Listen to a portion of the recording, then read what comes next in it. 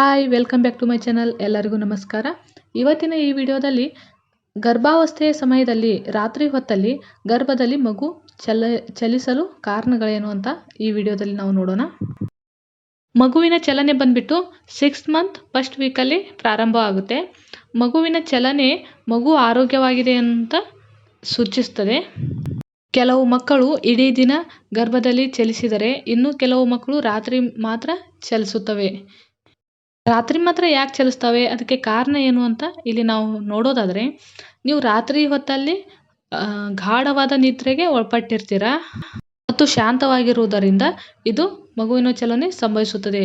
ನೀವು ನಿಲ್ಲುವುದಾಗಲಿ ನಡೆಯುವುದಾಗಲಿ ಅಥವಾ ಮಲಗುವುದರಿಂದ ನಿಮ್ಮ ಮಗುವಿನ ಚಲನೆಯನ್ನು ನೀವು ಸುಲಭವಾಗಿ ಅನುಭವಿಸಬಹುದು.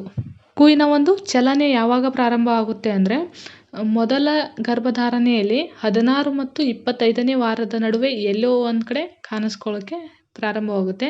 ಒಂದು ವೇಳೆ ನಿಮ್ಮದು ಫಸ್ಟ್ ಪ್ರೆಗ್ನೆನ್ಸಿ ಇದ್ದರೆ ನಿಮಗೆ 26ನೇ ವಾರಕ್ಕೂ ಹತ್ತಿರವಾದರೂ ಕೂಡ ಕಿಕ್ ಗೊತ್ತಾಗೋದಿಲ್ಲ.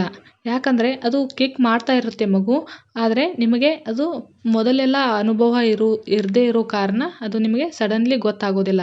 ಆದರೆ ಹೋಗ್ತಾ ಹೋಗ್ತಾ ಮಗುವಿನ ಚಲನೆ ಜಾಸ್ತಿ ಆದಮೇಲೆ ನಿಮಗೆ ಅದು ಅನುಭವಿಸಲಿಕ್ಕೆ ಸಾಧ್ಯ ಆಗುತ್ತೆ.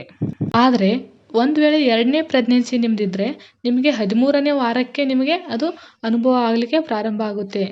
ಅದಲ್ಲದೆ ರಾತ್ರಿ ಕೂಡ ಮಗುವಿನ ಒಂದು ಚಲನೆ ಜಾಸ್ತಿ ಇರುತ್ತೆ.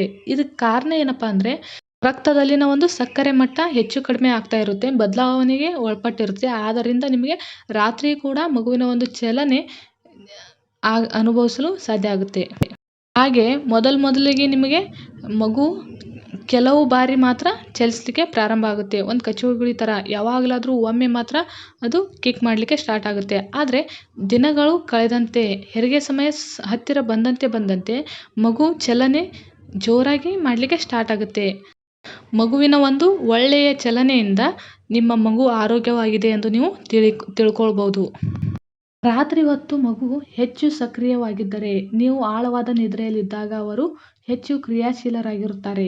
ನೀವು ಸಕ್ರಿಯರಿದ್ದಾಗ ಅವರು ನಿದ್ರಿಸಬಹುದು ಎನ್ನುವುದನ್ನು ಇದು ಸೂಚಿಸುತ್ತದೆ.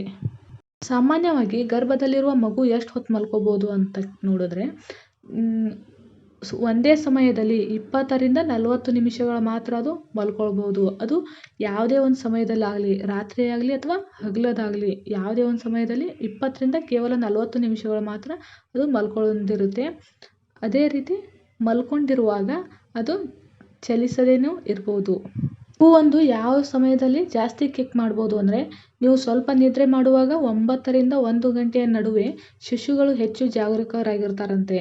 ಆ ಸಮಯದಲ್ಲಿ ಅವರು ಸ್ಪರ್ಶ ಅಥವಾ ಧ್ವನಿಗೆ ಪ್ರತಿಕ್ರಿಯಿಸಬಹುದು. ಅಥವಾ ನೀವು ತುಂಬ ಹತ್ತಿರದಲ್ಲಿ ಮುದ್ದಾಡಿದರೆ ಅದು ಕಿಕ್ ಮಾಡಬಹುದು ಕೂಡ. ಮಗು ಕಿಕ್ ಮಾಡಲಿ ಅಂತ ನೀವಾಗಿಯೇ ಹೊಟ್ಟೆ ಮೇಲೆ ಕೈ ಜಾಸ್ತಿ ಭಾರ ಹಾಕಿ ಸವರೋದಾಗಲಿ, ಸ್ವಲ್ಪ ಹೊಟ್ಟೆಗೆ ಬಡ್ದೋರ್ ಥರ ಮಾಡೋದಾಗಲಿ, ಇದೆಲ್ಲ ಮಾಡಬಾರ್ದು. ಮಗುವಿಗಿದು ಒಳ್ಳೆಯದು ಅಲ್ಲ. ಹೀಗೆಲ್ಲ ಮಾಡದೆ ಮಗುವಿನ ಜೊತೆ ಮಾತಾಡುವುದರಿಂದ, ಒಳ್ಳೆ ಪುಸ್ತಕಗಳನ್ನು ಓದುವುದರಿಂದ, ಒಳ್ಳೆ ಮ್ಯೂಸಿಕ್ಗಳನ್ನು ಕೇಳೋದ್ರಿಂದ ಮಗು ಕಿಕ್ ಕೂಡ ಮಾಡ್ಬೋದು. ಇನ್ನಷ್ಟು ಹೆಚ್ಚಿನ ಪ್ರೆಗ್ನೆನ್ಸಿ ಟಿಪ್ಸ್ಗಾಗಿ ಈ ಚಾನಲ್ನ ಸಬ್ಸ್ಕ್ರೈಬ್ ಮಾಡ್ಕೊಳ್ಳಿ. ಹಾಗೆ ವಿಡಿಯೋ ಇಷ್ಟ ಆಗಿದ್ರೆ ಲೈಕ್ ಮಾಡಿ, ಕಮೆಂಟ್ ಮಾಡೋದನ್ನು ಮರಿಬೇಡಿ. Thanks for watching.